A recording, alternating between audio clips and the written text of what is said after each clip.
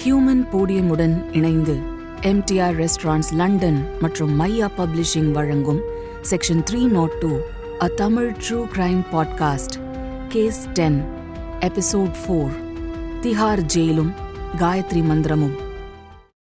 1995 July 11 ஹொசகோட்டை district கோர்ட்டில் பயங்கர கூட்டம்.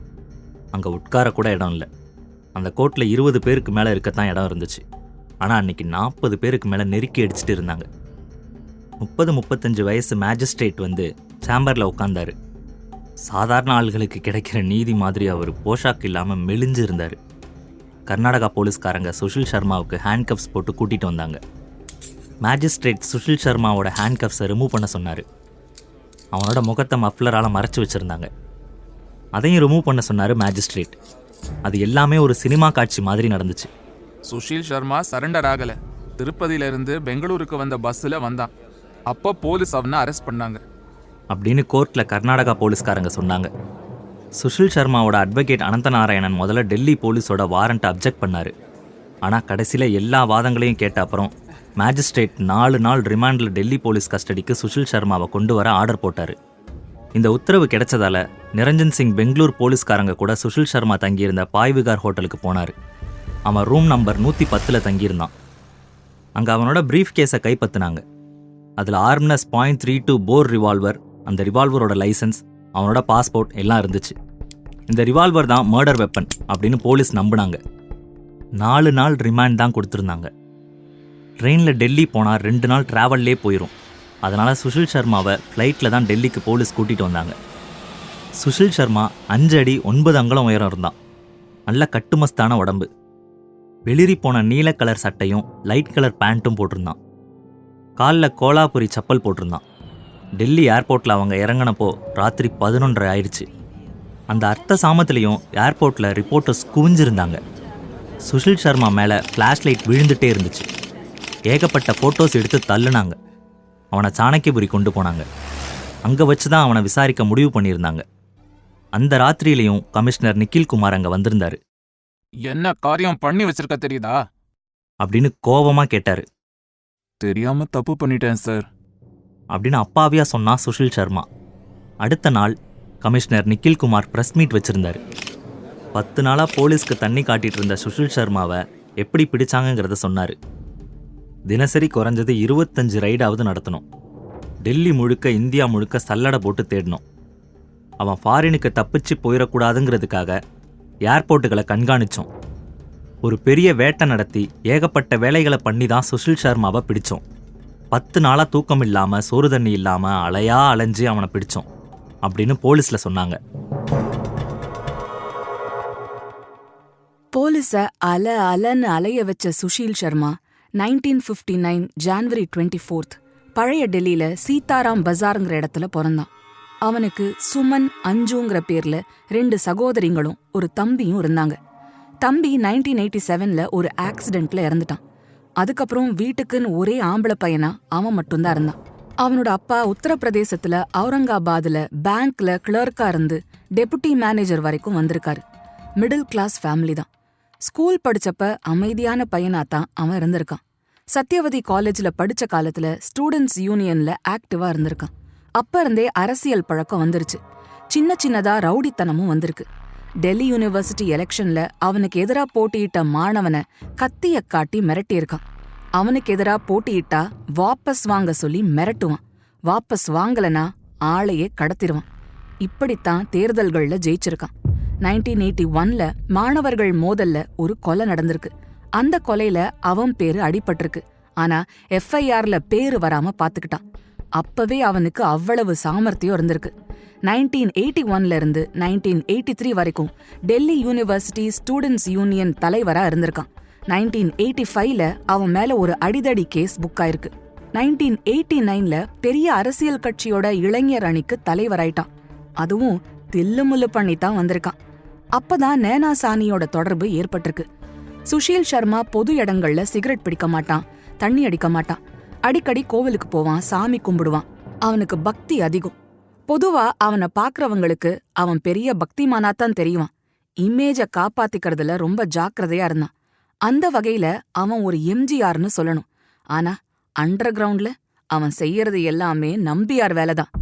மொத்தத்துல அவன் ரெட்ட வாழ்க்கை வாழ்ந்தான். ஒரு பக்கம் பெரிய பக்திமானாவும் குடும்பத்துக்கு அடங்குனவனாவும் நண்பர்கள் கிட்ட நல்ல பேர் வாங்கின ஆளாவும் இருந்தான். இன்னொரு பக்கம் குடி, பொண்களோட தொடர்பு, அரசியல், அராஜகம் அப்படி இப்படின்னு ஏகத்துக்கு திமிரா திரிஞ்சான். அவனுக்கும் ஒரு விடோவுக்கும் பழக்கம் இருந்திருக்கு. அவங்களுக்கு 10-11 வயசுல ஒரு பையன் இருந்தான்னு கூட சொன்னாங்க. அந்த லேடி ஒரு பிசினஸ்மேனோட ஒய்ஃப். அவங்க அவனுக்கு MP சீட் வாங்கி தரதா சொல்லியிருக்காங்க. அவனோட பேரண்ட்ஸ் பீதாம்புரா பகுதியில வசிச்சாங்க. எங்க குடும்பத்தை சேர்ந்த பையன் ஒரு பொண்ண கொன்னிருப்பாங்கிறத எங்களால நம்பவே முடியல. அவன் எப்படி இதை செஞ்சிருப்பான் அப்படின்னு தான் அவனோட பேரண்ட்ஸ் சொல்லியிருக்காங்க. அவங்களுக்கு கடவுள் பக்தி உண்டுன்னும் டீசென்டானவங்கன்னும் சுஷீல் சர்மாவோட ஃப்ரெண்ட்ஸ் சொன்னாங்க.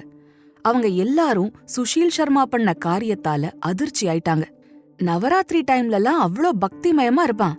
பூஜைக்கு அப்புறம் பாத்திரங்களை தட்டுங்களெல்லாம் கழுவி தருவான். இவனா இவ்வளவு கொடூரமான ஒரு காரியத்தை பண்ணுனா அப்படின்னு ஒரு அம்மா சொன்னாங்க. அவங்க யாருக்குமே சுஷீல் சர்மாவுக்கு கல்யாணம் ஆன தகவலே தெரியாது. அந்த அளவுக்கு அவன் விஷயங்களை ரகசியமா வச்சிருந்தான். ஒரு நாள் இல்லனா ஒரு நாள் அவன் MP ஆயிடுவான் அப்படின்னு தான் அவங்க நம்பியிருக்காங்க. எல்லாரோட எல்லா நம்பிக்கையும் அவனோட சந்தேக புத்தியால ஒன்னும் இல்லாம போயிடுச்சு. கோவம், பாவம், பழின்னு சொல்வாங்க. அப்படி ஆயிருச்சு அவன் நிலைமை. ஜூலை 12ஆம் தேதி மத்தியானம் சுஷில் சர்மாவை பட்டியாலா ஹவுஸ் கோர்ட்டுக்கு கொண்டு வர பிளான் பண்ணியிருந்தாங்க. ஒரு காலத்தில் இந்த பட்டியாலா ஹவுஸில் தான் பட்டியாலாவோட மகாராஜா வசிச்சார். பட்டியாலா ஹவுஸை வடிவமைச்சவர் சர் எட்வின் லுட்டியன்ஸ் அப்படிங்கிற ஆங்கிலேயர். மன்னர் பரம்பரையில் வந்தவங்க.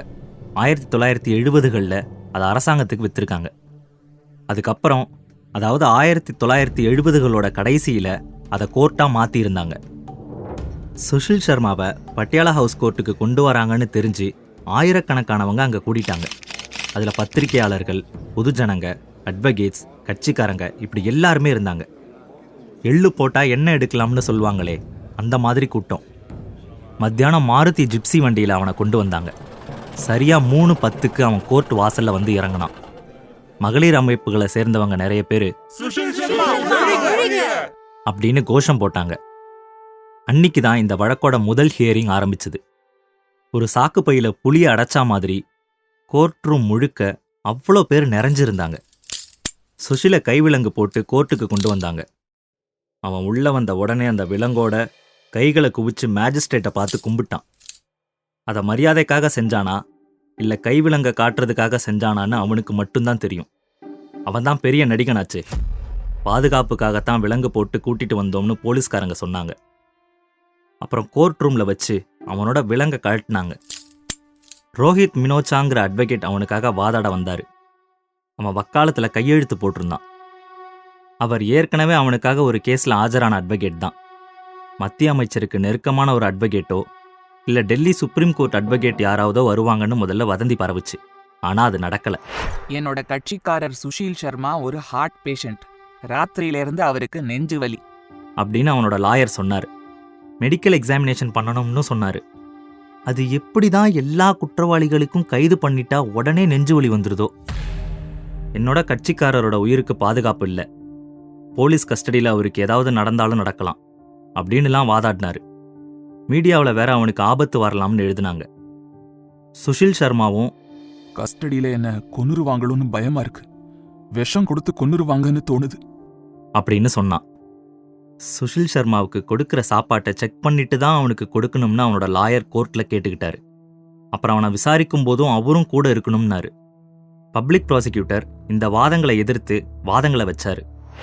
கடைசியாக கோர்ட்டில் 10 நாள் போலீஸ் கஸ்டடியில் எடுத்து விசாரிக்க அனுமதி தந்து உத்தரவு போட்டாங்க. மேஜிஸ்ட்ரேட் சுஷில் சர்மாவுக்கு மெடிக்கல் செக்கப் பண்ணணும்னாரு. அவனோட சாப்பாட்டை டெஸ்ட் பண்ணி தான் கொடுக்கணும்னாரு. விசாரணை நடத்தும்போது அவனோட லாயர் இருக்கணும்னாரு. இவ்வளவு கொடுமையான குத்தம் செஞ்ச ஒருத்தனுக்கு கோர்ட் இவ்வளவு கரிசனம் காட்டினது ஆச்சரியம்தான்.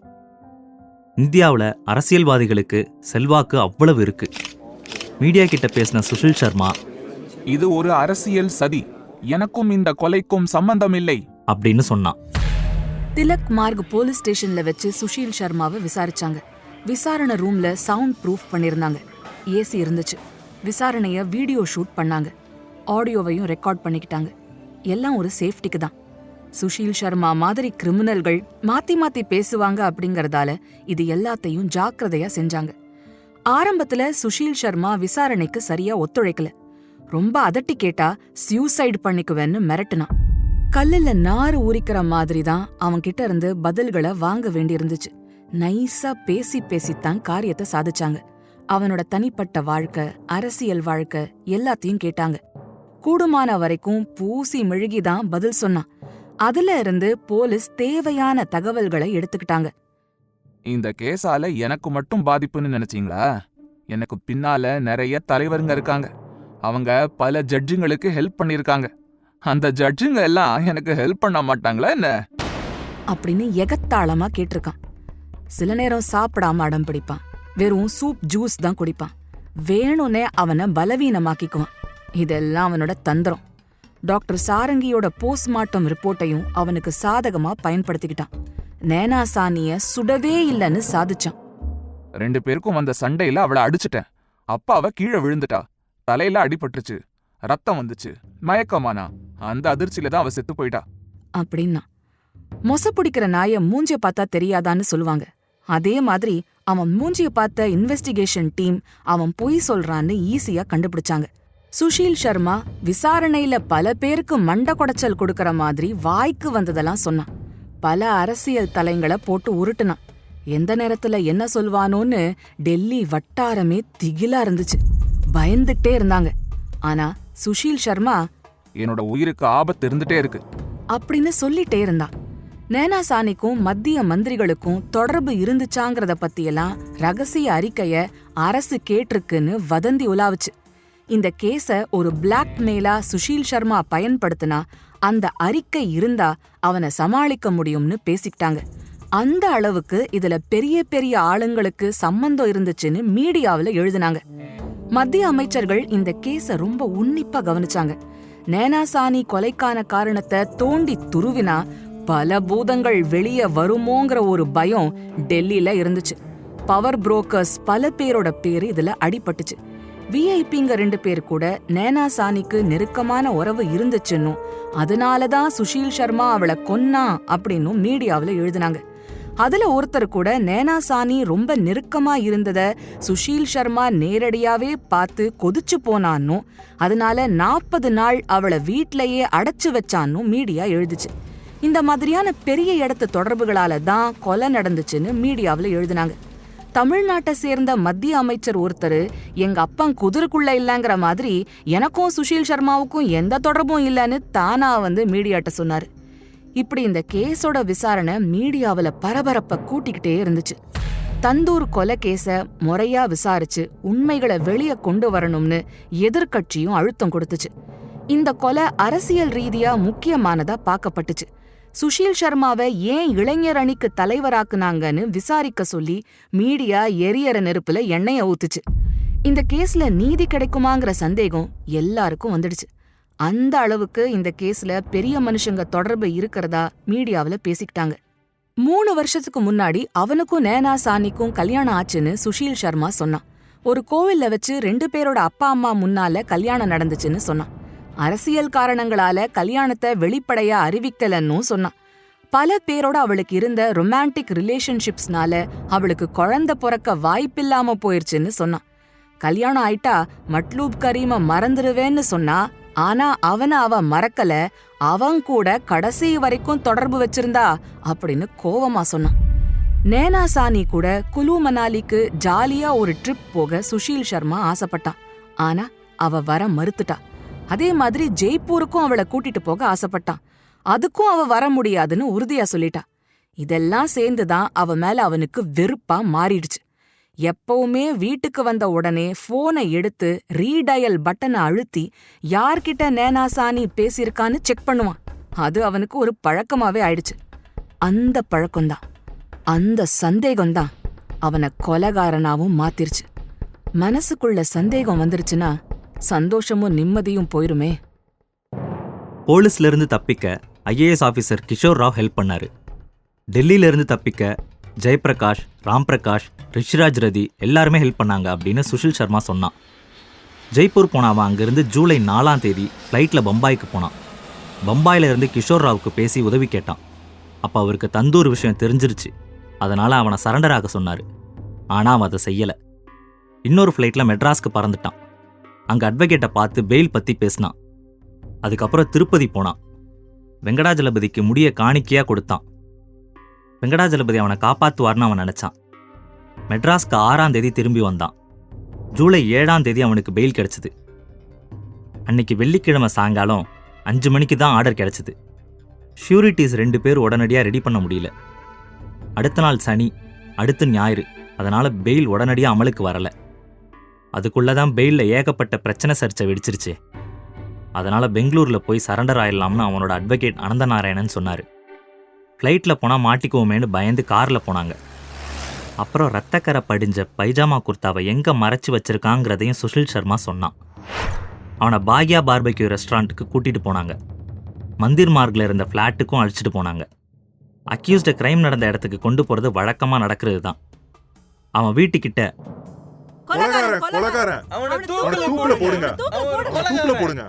அப்படின்னு மக்கள் கத்துனாங்க. மெடிக்கல் காலேஜ் ஹாஸ்பிட்டலில் நயனாசானியோட மிச்ச மீதி உடம்ப பார்த்த சுஷில் சர்மா நொறுங்கி போயிட்டான். முட்டாத்தனமா இப்படி பண்ணிட்டேனே அப்படின்னு சொல்லி குலுங்கி குலுங்கி அழுதான். ஆனால் கொஞ்ச நாளைக்கு அப்புறமா கோர்ட்டில் மீடியாக்காரங்க கிட்ட பேசினப்ப, உடம்ப அடையாளமே கண்டுபிடிக்க முடியல, செதஞ்சு போயிருந்துச்சு, யாருன்னே தெரியல, அது அநேகமா நேனாசானி இல்ல, நேனாசானிய யார் கொன்னதுன்னு தெரியல, என் மேல பழி போடுறாங்க, இது அரசியல் சதி அப்படின்னு கூசாம போய் சொன்னான். அப்புறம் விசாரணை செஞ்சப்ப, கை காலெல்லாம் துண்டாக்கல, தந்தூர்ல எரிச்சப்ப அதுவா அப்படி துண்டு துண்டாயிருச்சு அப்படிங்கிற உண்மையை சொன்னான். இப்படி தான் சுஷில் சர்மா விசாரணையில் ஒன்று சொல்வான், கோர்ட்டில் வேற ஒன்று சொல்வான். அவன் ரொம்ப புத்திசாலித்தனமாக கேம் ஆடினான். கடவுளை நம்புறவன் பழிபாவத்துக்கு அஞ்சுவான், யாரையும் கொல்ல மாட்டான் அப்படின்னு உலகம் நம்புது. ஆனால் அந்த நம்பிக்கையை பொய்யாக்குற சுஷில் சர்மா மாதிரியானவங்களும் இருக்கத்தானே செய்கிறாங்க. நேனாசானியோட டெட் பாடிய மட்லூப் கரீம் அடையாளம் காட்டினான். ஆனாலும் ஒரு சேஃபர் சைடுக்கு DNA fingerprinting test, skull photograph superimposition test 2யும் பண்ணாங்க. அந்த டெஸ்ட் படியும் டெட் பாடி நேனாசானியோடதுங்கிறத உறுதிப்படுத்திக்கிட்டாங்க. டிஎன்ஏ ஃபிங்கர் பிரிண்டிங் டெஸ்ட் இப்பெல்லாம் ரொம்ப சாதாரணம். ஆனா 1995ல அப்பதான் அறிமுகமாச்சு. முதல்ல இங்கிலாந்துல லேசெஸ்டர்ஷயர் அப்படிங்கிற இடத்துல நடந்த ஒரு ரேப் அண்ட் மர்டர் கேஸ்ல காலன் பிட்ச் ஃபோக்க அடையாளம் கண்டுபிடிக்க டிஎன்ஏ ஃபிங்கர் பிரிண்டிங் டெஸ்ட் பண்ணி அவன்தான் கொலை செஞ்சதுன்னு உறுதிப்படுத்தினாங்க. 1988 ஜனவரி 22 அன்னைக்கு அவனுக்கு தண்டனை கிடைச்சது. Skull photograph superimposition technique 1935லயே வந்துருச்சு. இதுவும் முதல்ல இங்கிலாந்துல லான்கஸ்டர்ங்கிற பகுதியில இருந்த ஒரு மர்டர் கேஸ்ல டெட் பாடிய அடையாளம் கண்டுபிடிக்க உதவுச்சு. பக் ரக்ஸ்டன்கிற டாக்டர் அவரோட பொண்டாட்டியையும் வேலைக்கார பொண்ணையும் கொன்னு ரொம்ப தள்ளி புதைச்சிட்டாரு. அந்த கேஸ்ல தான் இந்த டெக்னிக்கை பயன்படுத்தினாங்க. இப்படி எல்லா எவிடன்ஸையும் பக்காவா வச்சுக்கிட்டாங்க போலீஸ்காரங்க. இந்தியன் எவிடன்ஸ் ஆக்ட் 1872ல பிரிவு 25 என்ன சொல்லுதுன்னா, போலீஸ் விசாரணையில அக்யூஸ்ட் தர வாக்குமூலத்தை அப்படியே எவிடன்ஸா கோர்ட்ல ப்ரொடியூஸ் பண்ண முடியாது அப்படின்னு சொல்லுது. உண்மைய சொன்னா இந்த பிரிவு போலீஸ்காரங்களை மொடமாக்கிறது. அதுவும் சுஷீல் சர்மா மாதிரியான கன்னிங்கான கிரிமினல்ஸ் இந்த பிரிவை வச்சு ஜோரா விளையாட்டு காட்டுறாங்க. ஆனா அந்த வாக்குமூலத்தை கோர்ட்ல மெட்டீரியல் எவிடன்ஸ் மூலமா நிரூபிச்சுட்டா அதை எவிடன்ஸா ப்ரொடியூஸ் பண்ணலான்னு பிரிவு 27 சொல்லுது. அதனால போலீஸ் ரொம்ப ஜாக்கிரதையா சார்ஜ் ஷீட் ரெடி பண்ண வேண்டியிருந்துச்சு. அதிகாரிகள் சைட்லயும் அரசியல்வாதிகள் சைட்லயும் பயங்கர பிரஷர் கொடுத்தாங்க. அதையெல்லாம் தாண்டி சார்ஜ் ஷீட் ரெடி பண்ணாங்க. பொதுவா எஃப்ஐஆர் போட்டதுல இருந்து 90 நாட்களுக்குள்ள சார்ஜ் ஷீட் ரெடி பண்ணிரணும், அதான் ரூல். ஆனா இந்த கேஸ்ல ஜூலை 27ஆம் தேதி சார்ஜ் ஷீட் ரெடி பண்ணாங்க. அடுத்த நாள் ஜூலை 28 அன்னைக்கு கோர்ட்ல ஃபைல் பண்ணிட்டாங்க. போலீஸை பொறுத்த வரைக்கும் இது பெரிய அச்சீவ்மெண்ட். இவ்வளவு பெரிய மர்டர் கேஸ்ல இவ்ளோ குவிக்கா சார்ஜ் ஷீட் ஃபைல் பண்ணது பெரிய சாதனை தான். சுஷீல் சர்மா மேல 2-3 பிரிவுல கேஸ் போட்டாங்க. ஒன்னு இபிகோ 302 கொலைக்கான பிரிவு, அடுத்தது இபிகோ 201 இது எதுக்குன்னா கிரைம் சம்பந்தப்பட்ட எவிடன்ஸை அழிச்சதுக்கு, இன்னொன்னு இபிகோ 34 இது கூட்டு சேர்ந்து குற்றம் செஞ்சதுக்காக, பாக்யா barbecue restaurant manager Keshav Kumar மேல இபிகோ 201 பிரிவுல கேஸ் எழுதினாங்க. சுஷீல் சர்மா, கேஷவ் குமார் 2 பேர் மேலையும் இபிகோ 120B பிரிவிலையும் கேஸ் எழுதினாங்க. குற்ற சதியில ஈடுபட்டதால இந்த பிரிவையும் போட்டாங்க. ஜெயபிரகாஷ், ராம் பிரகாஷ், ரிஷிராஜ் ரத்தி 3 பேர் மேலையும் தப்பிச்சு போக உதவுனதுனால இபிகோ 201 பிரிவுல கேஸ் எழுதினாங்க. அன்னைக்கு கமிஷனர் ஒரு பிரஸ் மீட் வச்சாரு. நைனா சானிக்கும் மத்லூப் கரீமுக்கும் இருந்த அஃபேரால சுஷீல் சர்மா நைனா சானிய கொன்னதா கேஸ் போட்டிருக்கிறத சொன்னாரு. அடுத்த நாள் மீடியாவுல சார்ஜ் ஷீட்ல பெரிய தலைவர்கள் யாரோட பேரும் இல்லங்கறத பெருசா போட்டிருந்தாங்க. சுஷில் சர்மா முடிஞ்ச அளவுக்கு கோர்ட்ல விசாரணையை இழுத்தான். சுஷில் சர்மாவை போலீஸ் கஸ்டடியில டார்ச்சர் பண்றாங்க, கொலைய செஞ்சதா ஒத்துக்க சொல்லி சித்திரவதை பண்றாங்க அப்படின்னுலாம் அவனோட லாயர் வாதாடினாரு. அட்வொகேட்களும் இடையிடையே மாறினாங்க. ஒரு அட்வொகேட் மாறினப்ப அவருக்காக கோர்ட் டாக்குமெண்ட் உருது மொழியில வேணும்னு கேட்டாங்க. கோர்ட் உருது மொழியில டாக்குமெண்ட் கொடுத்துச்சு. இதெல்லாம் கேஸை இழுக்க உத்தியா பயன்படுத்தினாங்க. டெல்லி கோர்ட்ல நியாயம் கிடைக்காது, அதனால டெல்லிக்கு வெளியே ஏதாவது கோர்ட்ல கேஸை நடத்தணும்னு சுப்ரீம் கோர்ட்ல மனு போட்டான். அவனை தூக்குல போடுற அளவுக்கு எவிடன்ஸ் இருக்குன்னு பெங்களூர்ல போலீஸ் சொன்னதை அடிப்படையா வச்சு இந்த மனுவை போட்டாங்க. ஆனா சுப்ரீம் கோர்ட் இந்த மனுவை தள்ளுபடி செஞ்சிருச்சு. இந்த கேஸை பொறுத்த வரைக்கும் ஐவிட்னஸ் கிடையாது. நைனா சானியோட பேரண்ட்ஸ் சுஷில் சர்மாவுக்கு எதிராக எதுவும் போலீஸ்ல கம்ப்ளைண்ட் கொடுக்கல. அவங்களுக்கு அவன் இன்னசென்ட்னு தெரியும். சுஷில் சர்மாவுக்கு எந்த கெட்ட பழக்கமும் கிடையாது. நைனா சானி குடி கூத்துன்னு சுத்தின பொண்ணு. அவ கடைசியா எழுதின லெட்டர்ல கூட சுஷில் சர்மா மேல எந்த தப்பும் சொல்லல அப்படின்லாம் சுஷில் சர்மாவோட அட்வொகேட் வாதாடினாரு. இந்த கேஸ் முதல்ல additional sessions judge SL Khanna முன்னிலையில நடந்துச்சு. அப்புறம் இந்த case additional sessions judge GP தரேஜாவோட கோர்ட்டுக்கு மாறுச்சு. இந்த ஜிபி தரேஜா தான் பிரியதர்ஷினி மட்டு கேஸ்ல சந்தோஷ் குமாரை விடுவிச்சு தீர்ப்பு கொடுத்தவர். இந்த கேஸ்ல 72 ஹியரிங் நடந்தப்ப கூட 2 சாட்சிகளை தான் விசாரிச்சிருந்தாங்க. அந்த அளவுக்கு கேஸ் ஆம வேகத்துல போச்சு. கான்ஸ்டபிள் அப்துல் நசீருக்கு லஞ்சம் கொடுத்து கேஸை திசை திருப்ப பார்த்தாங்க. உனக்கு 10 லட்சம் ரூபாய் தரேன், பாக்யா பார்பிக்யூ ரெஸ்டாரண்ட்ல மத்லூப் கரீமை பார்த்ததா சொல்லிடு அப்படின்னு கான்ஸ்டபிள் அப்துல் நசீர்ட்ட சுஷில் சர்மா சொன்னான். ஆனா அவர் மசியல, முடியாதுன்னு மறுத்துட்டாரு. நைனா சானியை 2வது போஸ்ட்மார்ட்டம் பண்றப்ப எடுத்த எக்ஸ்ரேவே கேஸ் ஃபைல்ல இருந்து மிஸ் ஆயிருச்சு. இன்ஸ்பெக்டர் நிரஞ்சன் சிங்கை குறுக்கு விசாரணை செஞ்சப்ப பெங்களூர்ல பாய்விகார் ஹோட்டல்ல கைப்பற்றின பிரீஃப் கேஸை அடையாளம் காட்ட சொன்னாங்க. அவருக்கு அது ஞாபகம் இல்லை. இப்படிலாம் ஏகப்பட்ட டிராமா நடந்துச்சு கோர்ட்ல. கிட்டத்தட்ட 8.5 வருஷம் கேஸை இழுத்து அடிச்சாங்க. வாய்தா வாங்கி மொத்தம் 450 கோர்ட் நாள் விசாரணை நடந்துச்சு. மொத்தம் 99 சாட்சிகள் இருந்தாங்க. வங்கள்ல 85 பேரைத்தான் விசாரிச்சாங்க. 18 சாட்சிகள் பிறல் சாட்சிகளா மாறிட்டாங்க. நைனா சானி கொல்லப்பட்ட நாள்ல இருந்து 7 வருஷம் கழிச்சு அவளோட பேரண்ட்ஸ் பொட்டி ஏறி சாட்சி சொன்னாங்க.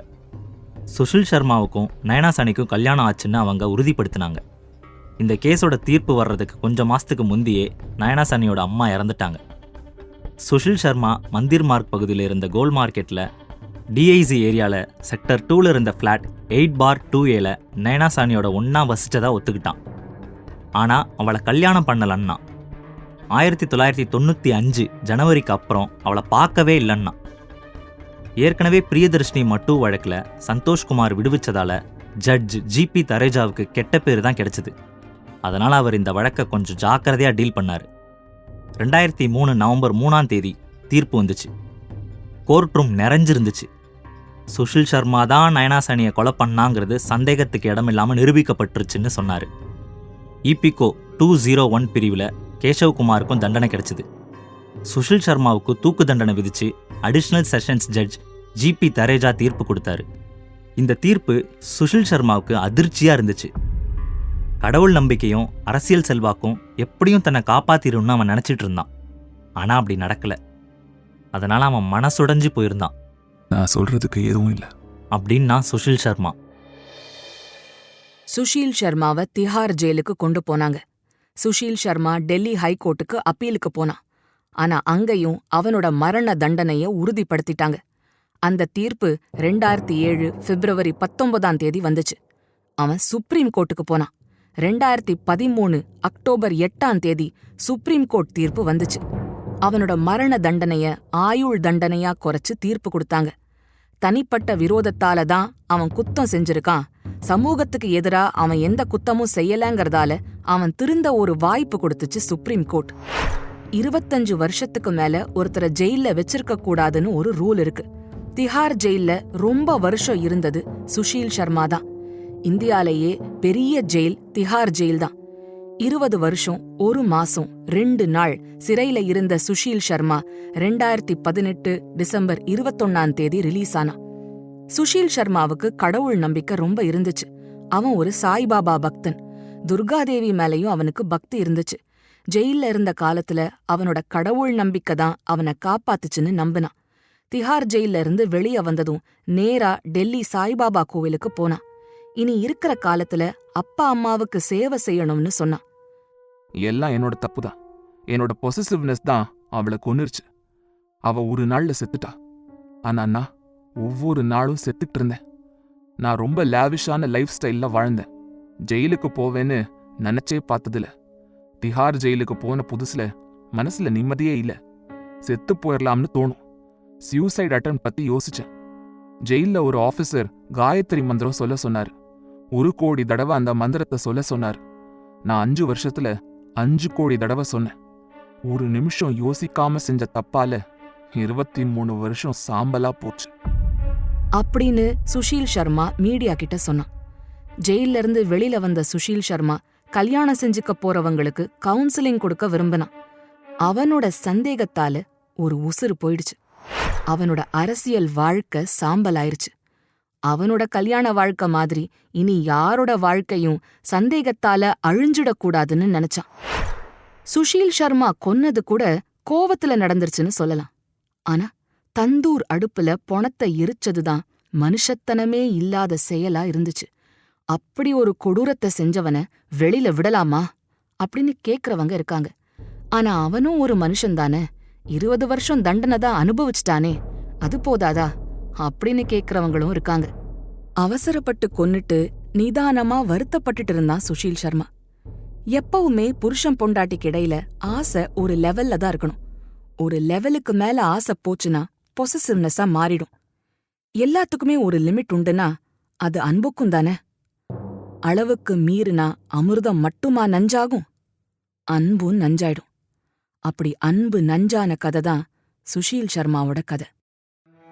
புது கேஸோட அடுத்த வெள்ளிக்கிழமை புது எபிசோட்ல சந்திக்கலாம். ஹியூமன் போடியமோட இந்த பாட்காஸ்ட் பயணத்துல நீங்களும் ஸ்பான்சரா இணைய தொடர்பு கொள்ள வேண்டிய email ID contact@humanpodium.com. This episode was brought to you by MTR Restaurants, London. Indulge in the timeless legacy of MTR Restaurants and savor their world-class South Indian vegetarian cuisine, which is a true culinary journey. And Maya Publishing. Turn your literary dreams into reality with Maya Publishing, where your story finds its voice and comes to life in print. Script by Tamil 360 Degree.